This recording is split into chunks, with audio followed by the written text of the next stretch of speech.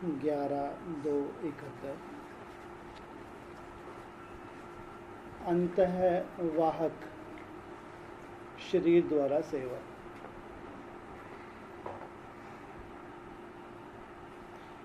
एक सेकंड में कितना दूर से दूर जा सकते हो, हिसाब निकाल सकते हो?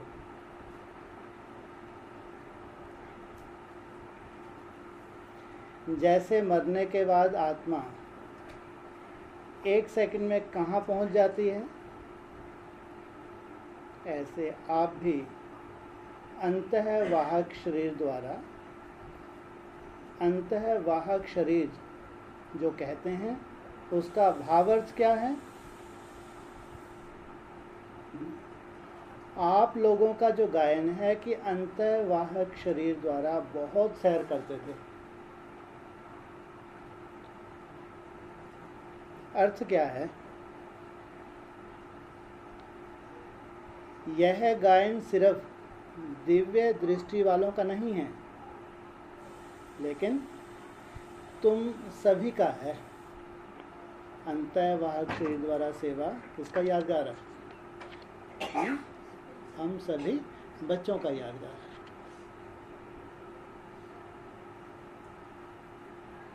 है। यह लोग तो अंतःवाहक शरीर का अपना अर्थ बताते हैं, लेकिन यथार्थ अर्थ यही है कि अंत के समय की जो आप लोगों की कर्मातीत अवस्था की स्थिति है, वह जैसे वाहन होता है ना, कोई ना कोई वाहन द्वारा सैर किया जाता है, कहाँ ना कहाँ पहुँच जाते हैं। वैसे जब कर्मातीत अवस्था बन जाती है तो यह स्थिति होने से एक सेकंड में कहाँ से कहाँ पहुँच सकते हैं।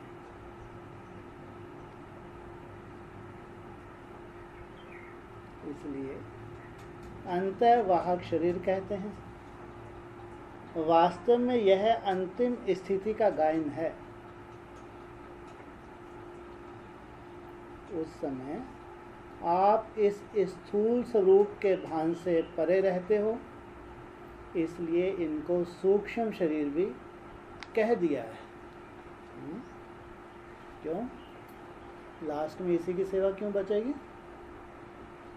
लास्ट में सेवा जो बाबा ने बताई है, कौन सी बताई है? अंतःवाहक शरीर द्वारा सेवा होगी। क्यों? हैं? अरे विनाश काल में स्थूल शरीर कहीं जाएगा? हाँ, इतनी हाहाकार मची होगी, हिसाब किताब इतने होंगे, वो सुनेंगे भी नहीं। जैसे बेहद का जब विनाश भी होगा, ब्राह्मणों के जब अनेक तरह के हिसाब किताब सामने आ जाएंगे, तो वो सुनेंगे नहीं? सुनेंगे तो आपका अंतःवाहक शरीर ही सेवा करेगा। लास्ट सेवा इसकी बताई। जैसे कहावत है, उड़ने वाला घोड़ा, तो इस समय के आप सभी के अनुभव की यह बातें जो कहानियों के रूप में बनाई हुई हैं, एक सेकंड में ऑर्डर किया, यहाँ पहुँचो, तो वहाँ पहुँच जाएगा। कौन सा घोड़ा है? हैं जी? हाँ, हाथ मारो, कैसे पहुँचता है? हैं? हाँ, ऐसा अपना अनुभव करते जाते हो। जैसे आजकल साइंस भी स्पीड को क्विक करने में लगी हुई है। जहाँ तक हो सकता है समय कम और सफलता ज़्यादा का पुरुषार्थ कर रहे हैं। ऐसे ही आप लोगों का पुरुषार्थ भी हर बात में स्पीड को बढ़ाने का चल रहा है। जितनी जितनी जिसकी स्पीड बढ़ती जाएगी, अपने फाइनल स्टेज के नज़दीक आएंगे। जितनी जितनी हमारी स्पीड, याद किया था कि बढ़ती जाएगी, हमारी फाइनल स्टेज के हम करीब जाएंगे, स्पीड से स्टेज तक पहुंचेंगे। इसका मतलब लास्ट में स्पीड कैसी होगी, उससे भी पहचाना जा सकता है। अंत में स्पीड भी बहुत अधिक ही होगी। जितनी मंजिल करीब होगी उतनी स्पीड फास्ट। अपनी स्पीड से स्टेज को परख सकते हो। अगर स्पीड फास्ट है तो माना स्टेज करीब, अगर स्पीड स्लो है तो माना स्टेज अभी दूर है। अभी सभी महान पर्व शिवरात्रि मनाने का प्लान बना रहे हो, फिर नवीनता क्या सोची है? कोई ने कहा झंडा लहराएंगे। अपने अपने सेवा केंद्रों पर झंडा भले लहराओ, लेकिन हर एक आत्मा के दिल पर बाप की प्रत्यक्षता का झंडा लहराओ। वह तब होगा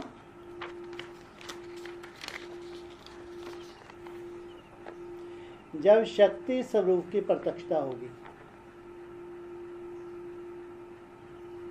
शक्ति स्वरूप से ही सर्वशक्तिवान को प्रत्यक्ष कर सकते हैं।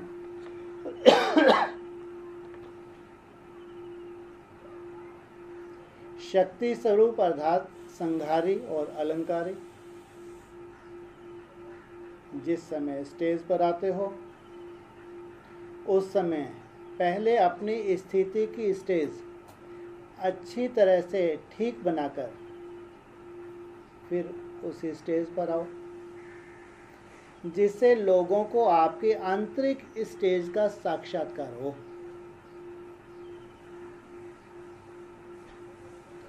जैसे और तैयारियां करते हो वैसे यह भी अपनी तैयारी देखो कि अलंकारी बनकर स्टेज पर आ रही हूँ, सभी अलंकारों को धारण करके स्टेज पे आ रही हूँ।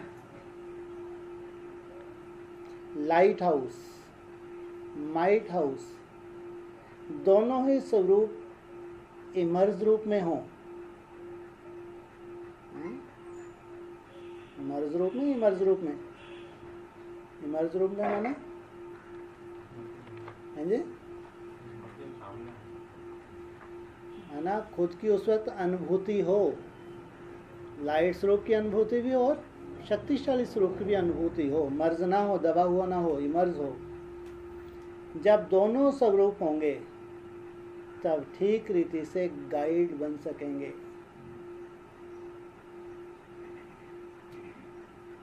आपके बाप शब्द में इतना स्नेह और शक्ति भरी हो जो यह शब्द ज्ञान अंजन का काम करे,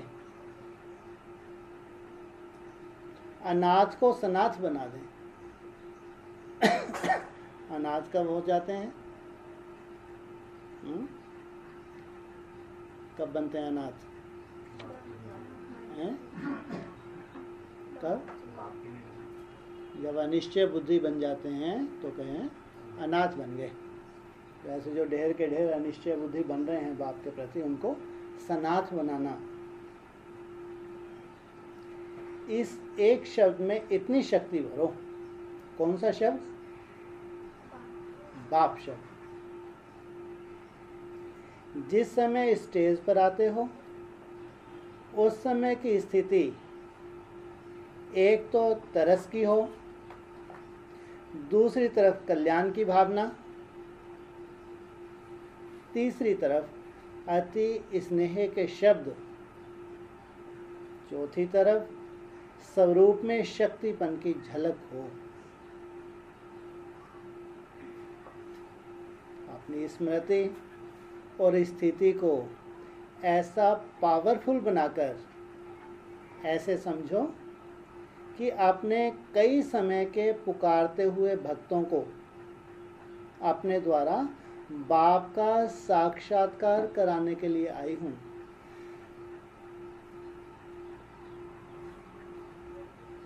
इस रीति से आपने रूहानी रूप, रूहानी दृष्टि कल्याणकारी वृत्ति द्वारा बाप को प्रत्यक्ष कर सकती हूँ।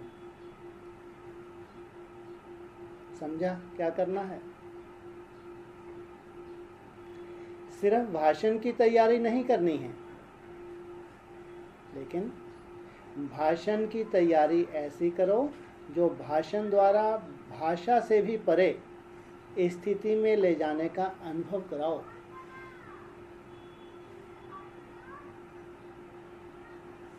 भाषण की तैयारी ज़्यादा करते हैं, लेकिन रूहानी आकर्षण स्वरूप की स्मृति में रहने की तैयारी पर अटेंशन कम देते हैं। इसलिए इस बारी ज़्यादा तैयारी इस बात की करनी है, हर एक के दिल पर बाप के संबंध के स्नेह की छाप लगानी है।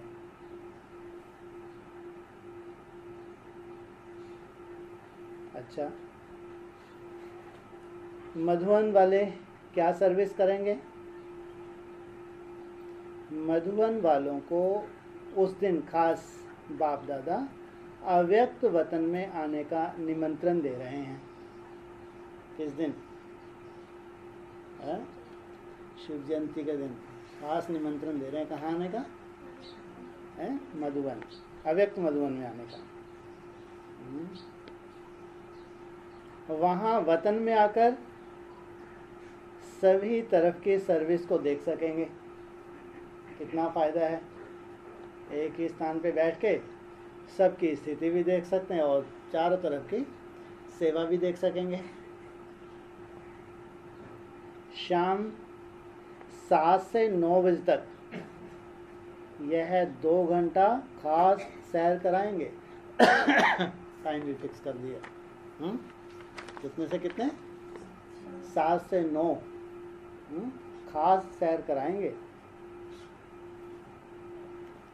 जैसे संदेशियों को ले जाते हैं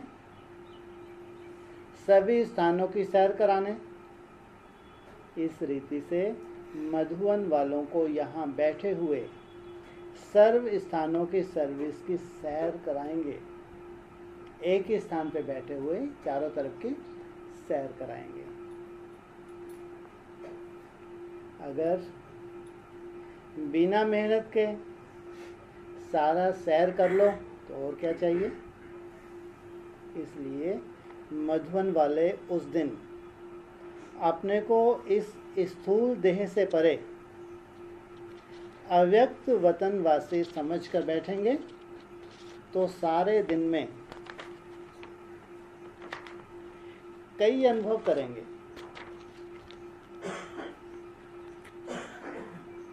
फिर सुनाना क्या अनुभव किया।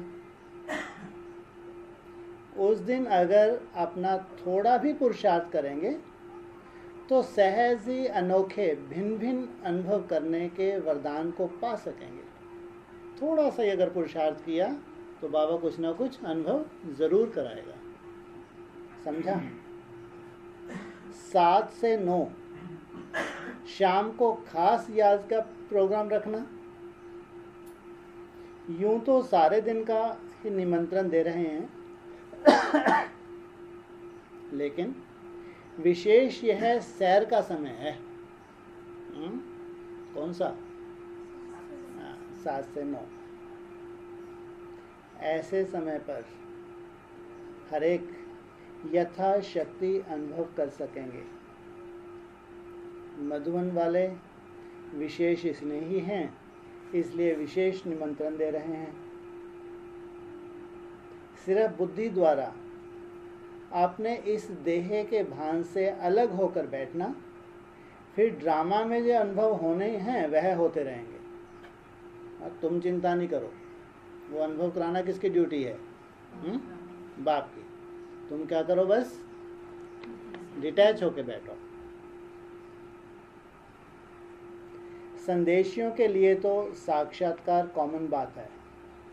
जो वतन में जाती हैं संदेश देती हैं लाके, लेकिन बुद्धि द्वारा भी ऐसे अनुभव कर सकते हो। संदेशियां साक्षात्कार करती हैं तो कैसे? जी क्या? हाँ, जब वो ध्यान में जाती हैं तो उनको होश नहीं रहता, कुछ भी सब कुछ भूल जाती हैं। फिर उनको जो ध्यान में जो भी साक्षात्कार होते हैं वो मैसेज के रूप में आके सुनाती हैं। और हमको ध्यान में जाने वाले नहीं हैं, हमको कैसे होंगे? बुद्धि के द्वारा। दिव्य बुद्धि है ना, इससे अनेक तरह के साक्षात्कार होने का बताया। इतना स्पष्ट होगा जैसे इन आंखों से देखा हुआ अनुभव।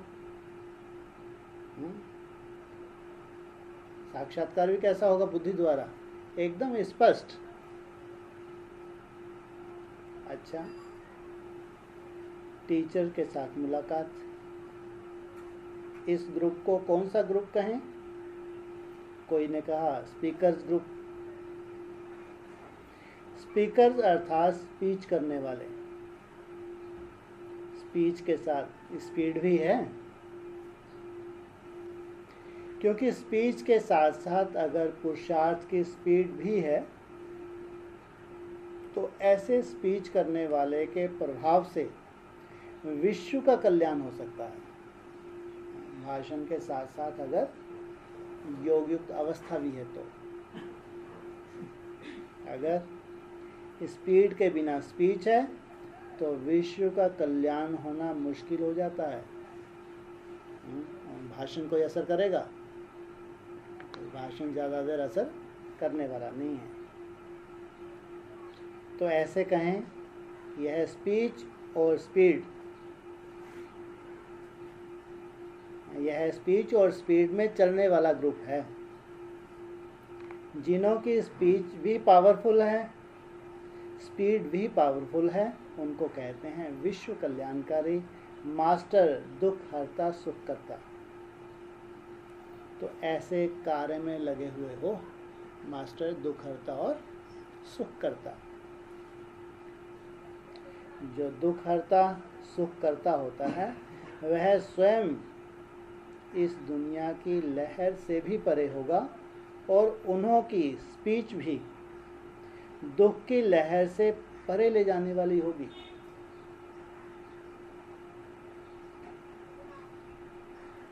ऐसी स्टेज पर ठहर कर स्पीच करते हो,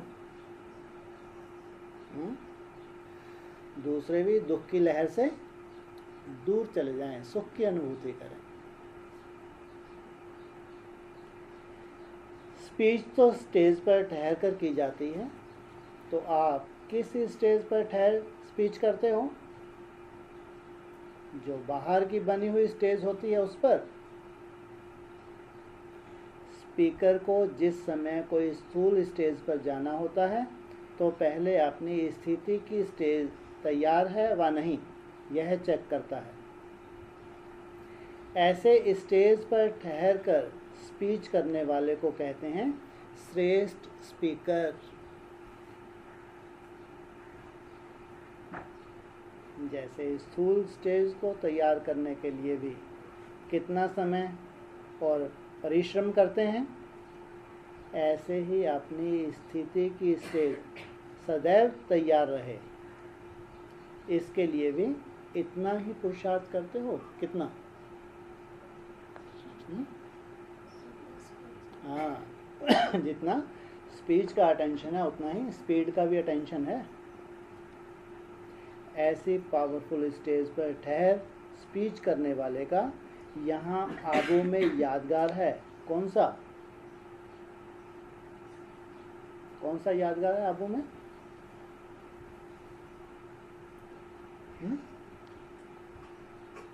सबसे फेमस यादगार कौन सा है आबू में?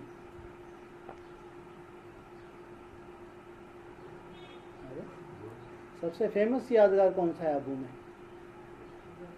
है क्या? फेमस की बात कर रहे हैं। ब्राह्मणों में फेमस कौन सा है? कोई ने कहा दिल वाला। दिल वाला तो याद की यात्रा का यादगार है। क्या बताया बाबा ने? दिल वाला क्या बता दिया? याद की यात्रा का यादगार है। भगवान की दिल दी, हाँ अपनी दिल दी और भगवान की दिल ली। ये तो उनका यादगार हो गया।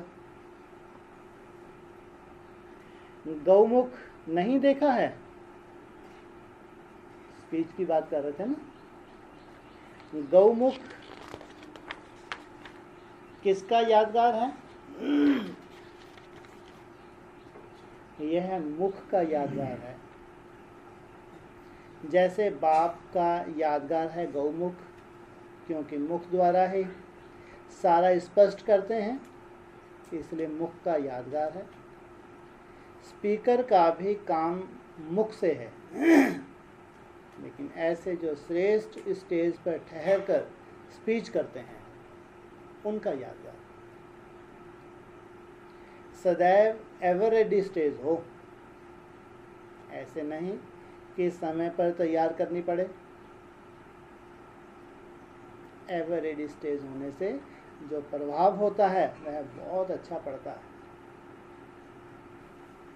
इसलिए पूछा कि प्रभावशाली हो। इस ग्रुप को प्रभावशाली ग्रुप कहें। सभी सर्टिफिकेट देंगे, अच्छा ग्रुप है। अगर आप सर्टिफिकेट देती हो तो फिर यह सर्व को सेटिस्फाई करने वाले भी होंगे। अगर इनको सर्टिफिकेट देते हैं तो इनके द्वारा सब आगे चले क्या होंगे? संतुष्ट होंगे। संतुष्ट मनिया तो होना, इसमें हाँ करते हो। अगर खुद संतुष्ट मनिया हैं तो औरों को भी संतुष्ट करेंगे।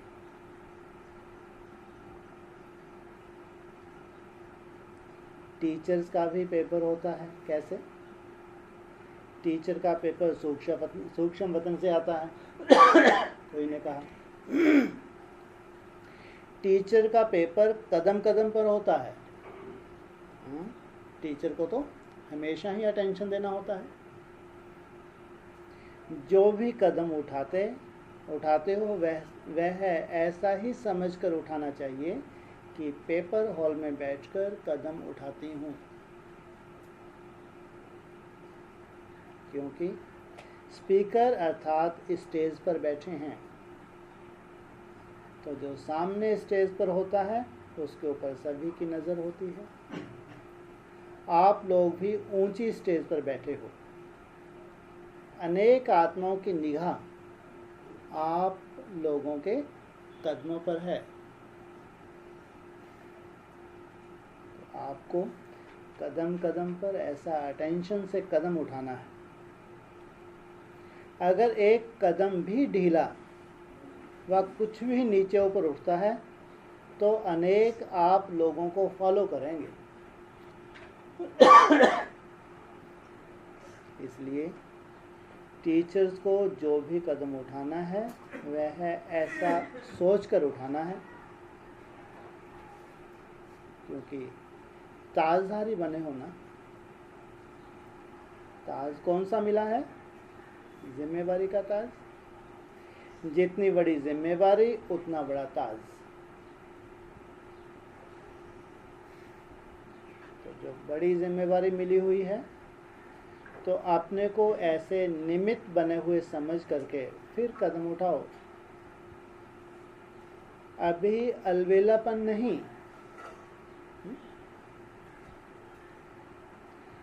ताज व तख्तधारी बनने के बाद अलवेलापन समाप्त हो जाता है। अलवेलापन अर्थात पुरुषार्थ में अलवेलापन।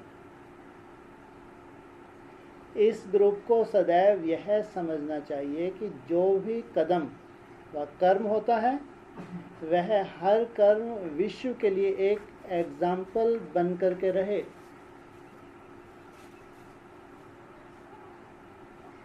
आप लोगों को इन कर्मों की कहानियों के रूप में यादगार बनेगा। आपके हर कर्म के क्या होने वाले हैं? यादगार बनने वाले हैं। आप लोगों के यह चरित्र गायन योग्य बनने वाले हैं। इतनी जिम्मेवारी समझ कर चलते हो। यह इस जिम्मेवार ग्रुप की विशेषता है। जो जितना जिम्मेवार उतना ही हल्का भी रहेगा।